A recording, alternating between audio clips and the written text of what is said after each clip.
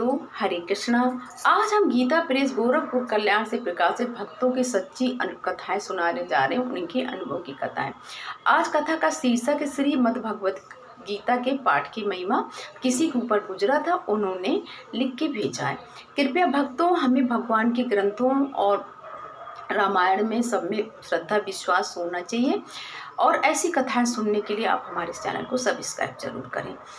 तो जो लिख रहे हैं भैया, वह कह रहे हैं बात उन दिनों की जब मैं हाई स्कूल का विद्यार्थी था। उस समय मेरे पड़ोस में 7-8 साल के 2 बच्चे अकस्मात काल कवलित हो गए, मतलब मृत्यु को प्राप्त हो गए। उनकी अवस्था 7-8 साल की थी। मेरी पूजनीय माँ उस समय वृद्धावस्था थी। वे रोज उन दोनों की छाया संध्या काल के बाद रात को सोने के पूर्व आंगन में घूमते फिरते देखा करते थे। वो भैया बता रहे थे कि जैसे 7-8 साल के 2 बच्चे थे, खत्म हो गए किसी भी रोग से, बीमारी से। तो वो जैसे रोज शाम होती थी तो उनकी वृद्ध माता को दिखाई देता था कि छोटे छोटे बच्चे आंगन में टहल रहे हैं। ये रोज घटित होता था। माँ बराबर ये बोला करती थी कि इसके अलावा कभी द्वार पर, कभी आंगन में, तो कभी घर के बाड़ी के पीछे मुख से सीटी बजी, जैसे कोई सीटी बजाता है वैसी आवाज़ें कह रहे थे सुनाई दिया करती थी। और वो माँ और मेरे पिताजी भी सुना करते थे। जब मैं आंगन में रहती तो द्वार पर कोई बाड़ी में आवाज़ होती थी। हालांकि वो भैया लिख रहे हैं कि मैंने ये आवाज़ कभी नहीं सुनी, यानी कि इनकी माँ को सुनाई देती थी और इनके पिताजी को सुनाई देती थी। और पिताजी माताजी बराबर इस बात की चर्चा किया करते थे। मैं उस समय श्रीमद् भगवत गीता की पॉकेट साइज की एक प्रति खरीद कर अपने पास रखता था। जैसे कि किसी को श्रद्धा होती है तो वो कहते थे कि मैं, जैसे कि पॉकेट साइज मतलब होता है जैसे कि अपने शर्ट की जेब में रख लिया, इतनी छोटी सी भगवत गीता की भी प्रति आती, तो कहते थे मैं अपनी पॉकेट में हमेशा रखता था। तो या तो भाई मेरी वजह, मैं कह रही हूँ कि हो सकता है इस वजह से ना उनको ये दिखता है। तो फिर वो कह रहे थे कि मैंने सोचा कि माँ पिताजी की इस तरह की चर्चा करने पर मैं क्यों ना गीता का पाठ करूँ, और मैंने इस उम्मीद से कि शायद गीता का पाठ करने से एक घटना रुक जाए।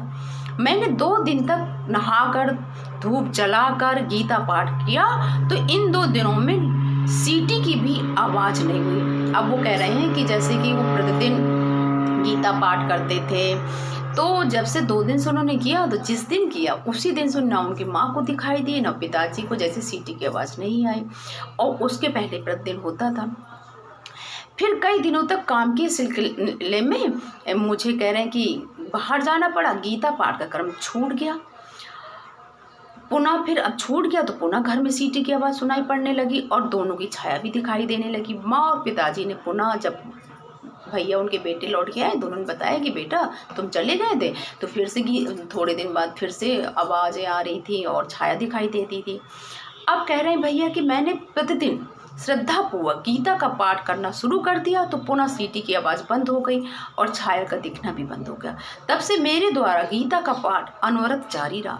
मुझे गीता जी पर पूरा भरोसा था।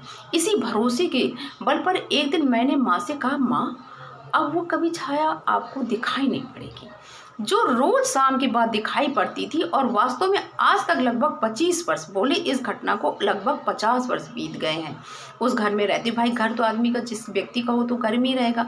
तो बोले मेरे आंगन में किसी भी तरह की उस तरह की छाया नहीं दिखाई पड़ी। अब ना ही मेरे माता जी है और ना ही मेरे पिताजी हैं, लेकिन मेरा भरा पूरा परिवार स्वस्थ एवं प्रसन्न होकर रहता है। ये सब गीता पाठ का ही फल है। भक्तों, गीता जी की महिमा बहुत।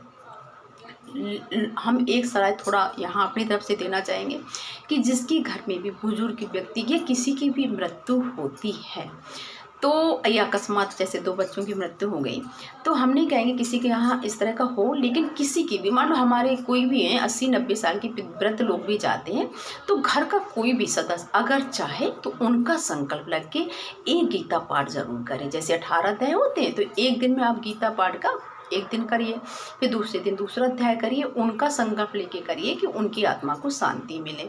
तो ये गीता पाठ की बहुत अद्भुत महिमा है। हरे कृष्ण।